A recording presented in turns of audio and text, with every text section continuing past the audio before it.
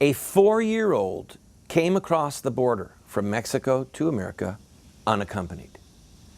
There are now reports of dozens, maybe scores of people carrying very infectious diseases, including tuberculosis. There is one report of 500 people a day being brought in buses and then let go. Obama is orchestrating this crisis. There's no doubt in my mind.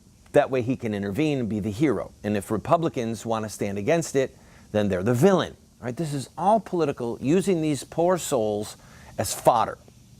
But what's the end game? And how can you be involved in the end game?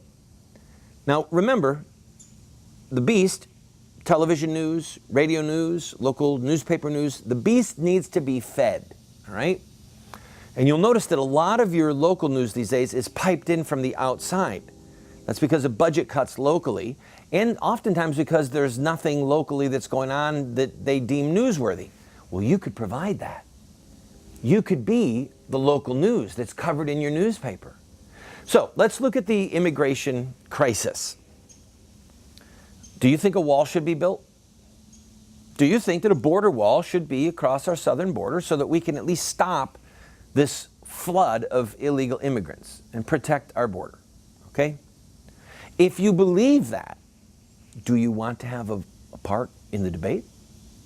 Not just in your living room or at your church or at your civic club, but in public. Well, if you want to be a part of the debate, the way you can be involved in this mutually abusive relationship, which I call my relationship with the press, is give them something newsworthy. I invite you to do a news search of my name. Put my name in quotes. Go back as many years as you want. You will see that, well, I've been on 60 Minutes, 60 Minutes 2, 48 Hours, ABC, NBC, CBS Nightly News. I've been interviewed by Oprah. I've been interviewed by Donahue. I've been on Hannity and Combs, and then Hannity, and on and on and on and on. A simple numeric reality is that I have been covered more in the press than virtually any pro-life leader in American history. Without question, I would be in the top 5, okay? In the top 5 Americans who have been covered in the media in America in the last 30 years. Been interviewed personally by Dan Rather. I mean, I can go on and on and on. So I know what I'm talking about. And I would like you to have your moment where you're defining the debate, where you're being covered, where you're driving the agenda, where you're the news story that's in the paper in the morning, and then that's what the local talk show guys are talking about. And maybe they invite you on the show to be on for 5 or 10 minutes to tell what's going on. What did you do this for? So we see what's happening to come back to immigration. We see that we have dawdled and not built a fence. We've not protected our southern border. And now we are literally being overrun by millions and millions of illegal immigrants. The Democratic Party wants to basically give amnesty and citizenship and working papers. And now big corporations who want cheap labor are saying, yes, it's time for immigration reform. It's not the average worker. It's not the average Republican, not the average working Democrat who wants this. But it's our corporate lords who want cheap labor. They closed down our manufacturing and they sent it to the Pacific Rim.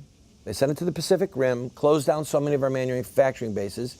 But now all this cheap labor's coming in, and they'd like to have some of that cheap labor. They don't have to pay those illegal immigrants what they have to pay auto workers in Detroit or in Flint, Michigan, let's say, okay? So you're sitting here, you're watching all this, and you're fed up with it.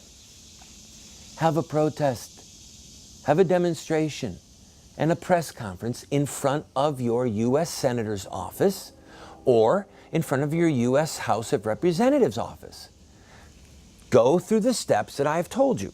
Write a 250-word press release. Type it on an email. Explain what it is that you're doing, what time. We'll be there Thursday at 11 a.m. Here's the address of where we're going to be. Here's my phone number if you want to contact me, okay?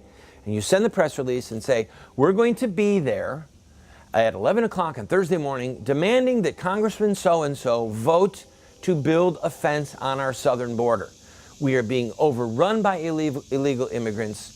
We are in danger of infectious diseases. We don't know how many of those coming over the border are Muslim terrorists. I mean, make your case, and then have your demonstration, have your gathering in front of the congressman's office, and have your sound bites ready, nice, concise, 10-second or 12-second newsworthy clips where you say the truth that we are being overrun by illegal immigrants, and if they are giving voting rights, then America as we know it will cease to exist. That's your soundbite, okay? That's your soundbite. And you'll be on the news. And it'll be these local angry residents that want the border protected, and you can be a part of the debate. You don't just have to watch it going on. You can be a part of it. You can drive the debate. You just have to be willing to be out there and in front of people. And if you'll feed the beast in this mutually abusive relationship, I say that as a joke, you give them something worth covering, they cover you, okay? They might like you, they might hate you, but they're still gonna cover you because they need the news. And if you do something newsworthy, you will get covered. You want to discuss immigration with tens of thousands of people? Do what I'm telling you, and you'll drive the debate in your community.